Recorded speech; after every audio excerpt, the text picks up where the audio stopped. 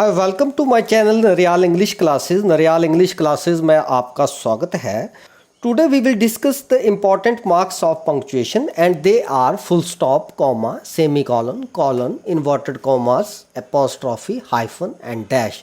तो सबसे पहले पंक्चुएशन की डेफिनेशन थोड़ा सा समझते हैं। Punctuations are the marks of sign used while writing और स्पीकिंग। तो पंक्चुएशन साइंस की इंग्लिश में क्या इंपॉर्टेंस है, इसको हम एक सेंटेंस से जानने का प्रयास करते हैं। The teacher says the boy is a fool. अब इस सेंटेंस को ट्रांसलेट करें तो इसका ट्रांसलेशन हुई कि अध्यापक कहता है लड़का मूर्ख है। तो यहाँ पर मैंने कॉमा पंक्चुएशन मार्क का यूज़ किया था और इन्वर्टेड कॉमास और फुल स्टॉप। अब ये जो पंक्चुएशन मार्क्स हैं इनको थोड़ा बदल देते हैं अगले सेंटेंस में। तो यहाँ पर आपका सेंटेंस ऐसे पढ़ा जाएगा, the teacher says the boy is a fool, कि लड़का कहता है अध्यापक मूर्ख है। ऊपर का सेंटेंस देखो, अध्यापक कहता है लड़का मूर्ख है। नीचे का सेंटेंस देखो, लड़का कहता है अध्यापक मूर्ख है। अब यहाँ दोनों सेंटेंस में वर्ड्स तो सेम थे, लेकिन पंक्चुएशन साइन जब हमने चेंज किए तो सेंटेंस का मीनिंग बिल्कुल विपरीत हो गया। तो ये है पंक्चुएशन की इम्पोर्टेंस इंग्लिश लैंग्वेज में। अब आइए डिस्कस करते हैं एक एक करके सभी पंक्चुएशन मार्क्स को जो कि इम्पॉर्टेंट है। सबसे पहले हम टर्मिनल पंक्चुएशन देखते हैं। टर्मिनल पंक्चुएशन वो होते हैं जो हम सेंटेंस जब ख़त्म होता है उसके बाद हम डालते हैं साइन, उनको हम टर्मिनल पंक्चुएशन कहते हैं। जैसे फुल स्टॉप है, आपका क्वेश्चन मार्क है, एक्सक्लेमेशन मार्क है, तो ये आपके टर्मिनल पंक्चुएशन है। अब इनमें जो फुल स्टॉप है इसका हम सेंटेंस के एंड में तो यूज़ करेंगे ही, लेकिन यदि हमने कोई किसी वर्ड का एब्रीविएशन देना है तो उसके लिए भी फुल स्टॉप का यूज़ होता है। एग्जाम्पल देख लेते हैं। जैसे मैंने सेंटेंस लिखा है ही इज़ गोइंग, तो यहाँ पर सेंटेंस ख़त्म हो रहा है तो यहाँ पर हम फुल स्टॉप का यूज़ कर रहे हैं। उसके बाद डॉक्टर का एब्रीविएशन DR दे रखा है तो यहाँ पर फुल स्टॉप का यूज़ कर रहे हैं। वेयर आर यू गोइंग, तो ये प्रश्न पूछा जा रहा है, तो जहाँ पर क्वेश्चन पूछा जाएगा वहाँ पर हम क्वेश्चन मार्क पंक्चुएशन का यूज़ करेंगे। इसके बाद हम कोई सडन फीलिंग ऑफ सोरो या सैड या कोई हैप्पीनेस को हम शो करेंगे तो वहाँ पर हम एक्सक्लेमेशन मार्क का यूज़ करते हैं। जैसे हाउ टेरिबल, कितना भयानक, हम थोड़ा हैरान हो रहे हैं तो यहाँ पर हम एक्सक्लेमेशन का यूज़ करेंगे। तो ये थे आपके टर्मिनल पंक्चुएशन। टर्मिनल पंक्चुएशन इनको इसलिए बोला क्योंकि ये सेंटेंस के एंड में यूज़ होते हैं। Let us move to next punctuation sign, comma. बहुत ही इंपॉर्टेंट पंक्चुएशन मार्क है। इसका यूज़ हम इन तरीक़ों से कर सकते हैं। It indicates a short pause while speaking a sentence. जब हमने सेंटेंस को बोलते वक्त थोड़ी देर के लिए रुकना होता है तो हम कॉमा का यूज़ करते हैं। एग्जाम्पल्स देख लेते हैं। To separate different part of speech in a sentence, comma का यूज़ करेंगे। अगर हमने डिफरेंट पार्ट ऑफ स्पीच को सेंटेंस में अलग दर्शाना है तो वहाँ पर यूज़ होगा। जैसे Suresh, Arya and Harsh went to school, तो ये कौन सा पार्ट ऑफ स्पीच है, आपका नाउन है, तो यहाँ पर हम कॉमा का यूज़ करेंगे। इसके अलावा अगर हम पार्ट ऑफ स्पीच में प्रोनाउन का यूज़ कर रहे हैं, उनको सेपरेट कर रहे हैं, तो वहाँ पर भी हम कॉमा का यूज़ करेंगे। इसके बाद to separate the phrases and words in a sentence. अगर किसी सेंटेंस में आपने वर्ड को सेपरेट करना है या फ्रेज को सेपरेट करना है, फ्रेज क्या होता है, कलेक्शन ऑफ वर्ड्स, तो वहाँ पर भी हम कॉमा का यूज़ करते हैं। जैसे man, comma, of course is the best creation of God. इसके बाद to separate the word yes, well, sir, madam, gentleman, no, please and thank you in a sentence. अगर ये वर्ड आपको किसी सेंटेंस में दिखते हैं, जैसे thank you for your help, yes I will help you, may I come in sir, तो sir, yes, thank you, तो इस तरह के वर्ड्स आपको, जैसे well I am not free today, तो यहाँ पर भी हम कॉमा का यूज़ करेंगे। It is used before coordinate conjunction. Example यहाँ पर दे रखा है, it is time to take rest so let us go home. अब आराम का समय है इसलिए आओ घर चलें। Raman is wealthy still he doesn't boast. Raman अमीर है लेकिन फिर भी वो शेखी नहीं मारता है। तो यहाँ पर ये आपका सो वर्ड जो है ये आपका कंजंक्शन है, फिर स्टिल भी आपका कोऑर्डिनेट कंजंक्शन है। तो जहाँ पर आपको कोऑर्डिनेट कंजंक्शन वर्ड दिखते हैं तो उससे ठीक पहले आप कॉमा का यूज़ करेंगे। इसके बाद टू एम्फेसाइज अ वर्ड और फ्रेज इन अ सेंटेंस, जब आपने किसी सेंटेंस के अंदर किसी वर्ड या फ्रेज को जोर देकर दर्शाना है तो वहाँ पर भी आप कॉमा का यूज़ करेंगे। जैसे एग्जांपल दे रखा है, if you fail in first attempt try try try again. अगर आप पहले प्रयत्न में फेल हो जाते हैं तो कोशिश करो बार बार। तो यहाँ पर कोशिश करने के लिए जो वर्ड हम ट्राई यूज़ कर रहे हैं इसको हम एम्फेसाइज कर रहे हैं, तो यहाँ पर भी हम कॉमा का यूज़ करेंगे। देन कॉमा का यूज़ आप डेट को सेपरेट करने के लिए भी यूज़ कर सकते हैं। जैसे एग्जांपल दे रखा है 12 फरवरी 2020, तो जहाँ पर हम ईयर को डेट से सेपरेट करेंगे वहाँ पर भी कॉमा का यूज़ होगा। इसके बाद नेक्स्ट जो पंक्चुएशन मार्क है आपका, ये है सेमी कॉलन। तो सेमी कॉलम जो है it is used between two closely related independent clauses and it is also used to separate pair of words.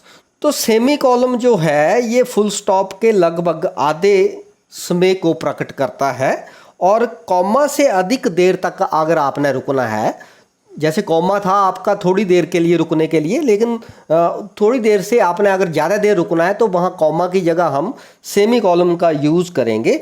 और एग्जाम्पल से बिल्कुल क्लियर हो जाएगा, we live together, we walk together, we played together. तो इस तरीके से ये तीन इंडिपेंडेंट क्लॉजेज थे, तो इनको सेपरेट करने के लिए आपने सेमी कॉलन का यूज़ किया। इसके बाद rich reach, week weak, rain reign, तो ये पेयर ऑफ वर्ड्स हैं, तो इनको अगर आपने सेपरेट करना है तो भी हमने सेमी कॉलन का यूज़ करना है। Some animals eat only meat, example lion, tiger. तो सेमी कॉलन का एक और भी यूज़ है, जब हमने किसी सेंटेंस में एग्जाम्पल लिखना है तो एग्जाम्पल जो हम लिखेंगे उनसे पहले हम सेमी कॉलन का यूज़ करेंगे। इसके बाद नेक्स्ट जो पंक्चुएशन मार्क है वो है कॉलन, और ये जो पंक्चुएशन मार्क है it is use before list और description, before definition, to separate the number, indicating hour, minutes and quotations of great persons, and it also indicates long pauses than semicolon। तो colon का use जो है वो semi colon से अगर हमने ज़्यादा देर तक रुकना है तो हम कॉलन का यूज़ करेंगे, और किसी भी कोटेशन जो किसी महान आदमी के द्वारा कहे गए शब्द हैं वहाँ पर भी हम कॉलन का यूज़ करेंगे। एग्जाम्पल यहाँ देख लेते हैं, Lord Buddha says live and let live. तो ये एक इम्पॉर्टेंट कोटेशन है और इसके लिए हम कॉलन का यूज़ करेंगे। To error is human, to forgive is divine. जहाँ पर हम कॉन्ट्रास्ट करेंगे तो वहाँ पर भी हमने कॉलन का यूज़ करना है।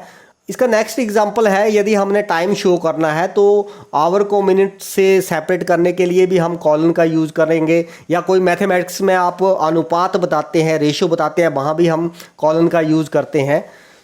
और लास्ट में कॉलम का यूज़ जो है, यदि हमने कोई एग्जांपल या लिस्ट लिखनी है उसके बाद भी हम यूज़ करेंगे कॉलम का यूज़। नेक्स्ट है इन्वर्टेड कॉमास। इन्वर्टेड कॉमास को दो तरीके से हम शो करते हैं, एक डबल इन्वर्टेड कॉमास भी होते हैं और सिंगल इन्वर्टेड कॉमास भी होते हैं, और इनको हम कोटेशन मार्क भी कहते हैं। तो ये जो आपका सिंगल कोटेशन मार्क है ये ब्रिटिश इंग्लिश में लिखा जाता है, और जो डबल कोटेशन मार्क्स हैं ये हम अमेरिकन इंग्लिश में लिखते हैं। तो इसका यूज़ हम कहाँ पर करते हैं? It is use to show where direct speech begins and ends in a sentence. Example देख लेते हैं, जैसे the teacher said why do you want to miss the class. अध्यापक ने कहा कि तुम क्लास मिस क्यों करना चाहते हो। तो यहाँ पर ये जो स्पीच है इसको हम दर्शाने के लिए इन्वर्टेड कॉमास में रखेंगे। तो जहाँ पर कोई व्यक्ति जो बात कह रहा है उसके द्वारा की गई बात को इन्वर्टेड कॉमास में रखा जाएगा। इसके बाद नेक्स्ट है apostrophe. Apostrophe it is used for indicating possession to separate the s from plural letters and omission of letters. तो एपोस्ट्रोफी का यूज़ हम वहाँ पर करेंगे जहाँ पर हमने कोई चीज़ अपने पास दर्शानी है, अपने पोजेशन में जिसको दर्शाना है। Mohan's father is an honest man. Mohan का पिता एक ईमानदार व्यक्ति है। अब मोहन का दर्शाने के लिए हमने एपोस्ट्रोफी कॉमा का यूज़ किया। Men's wears are costly. अब ये मैन का प्लूरल है मैन, और इसको सेपरेट करने के लिए हम एपोस्ट्रोफी कॉमा का यूज़ करेंगे। Wouldn't burnt. अब वुडंट का जो कॉन्ट्रैक्शन है वो बॉन्ट है, तो यहाँ पर अगर हमने कोई ओमिशन करना है लेटर को, किसी लेटर को हटाना है, तो वहाँ पर भी हम अपोस्ट्रोफी कॉमा का यूज़ करेंगे। जैसे यहाँ पर NOT नहीं लिख रहे हैं हम, तो O को हमने ओमिट किया है, तो यहाँ पर इसको हम बॉन्ड पढ़ेंगे, तो यहाँ भी हम अपोस्ट्रोफी कॉमा के यूज़ करेंगे। इसी तरह नेक्स्ट कॉन्ट्रैक्शन IM के लिए इम है, तो यहाँ पर भी हम अपोस्ट्रोफी कॉमा का यूज़ करेंगे। नेक्स्ट है वो हाइफन है। हाइफन का यूज़ होता है to separate part of words. जब हमने वर्ड्स के पार्ट्स को सेपरेट करना होता है तो वहाँ पर हम हाइफन का यूज़ करते हैं। जैसे वाइस प्रिंसिपल, तो यहाँ पर हम हाइफन का यूज़ कर रहे हैं। Washerman, runner up, mother in law, तो जहाँ पर हम वर्ड्स को सेपरेट करेंगे वहाँ पर हम हाइफन का यूज़ करेंगे। इसके बाद है आपका डैश। अब डैश का जो यूज़ है, it is use to separate group of words. It also indicates that what has been said it is incomplete and its meaning is connected to next word. तो डैश का अर्थ है कि जो कुछ भी कहा गया है वो अपने आप में अधूरा है, और इसका जो सही मतलब है ये आगे के जो वर्ड्स होंगे उनसे जुड़ा होगा। जैसे एग्जाम्पल देखिए आप, mangoes, bananas, apples all are sweet in taste. तो मैंगोज, बनानास, एप्पल ये सारे स्वीट हैं, लेकिन अगर ये वर्ड्स हम आगे यूज़ नहीं करते हैं तो ये जो सेंटेंस है इसकी सेंस इनकम्प्लीट रहेगी। तो इसको पूरा करने के लिए हम डैश का यूज़ करेंगे। डैश आपको बताता है कि ये जो वर्ड्स हैं ये अपने आप में इनकम्प्लीट हैं और इनका पूरा मीनिंग जो है वो अगले जो वर्ड्स हैं उनके साथ कनेक्ट है। इसके बाद डैश जो पंक्चुएशन मार्क है ये आपको एन डैश या एम डैश वर्ड से भी देखने को मिलेगा।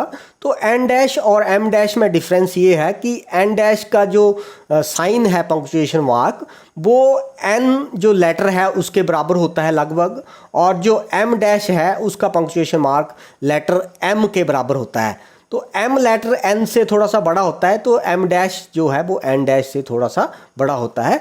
तो दोस्तों ये तो था पंक्चुएशन मार्क्स के बारे में। I hope you will like this video. So keep watching and sharing my videos. Thank you.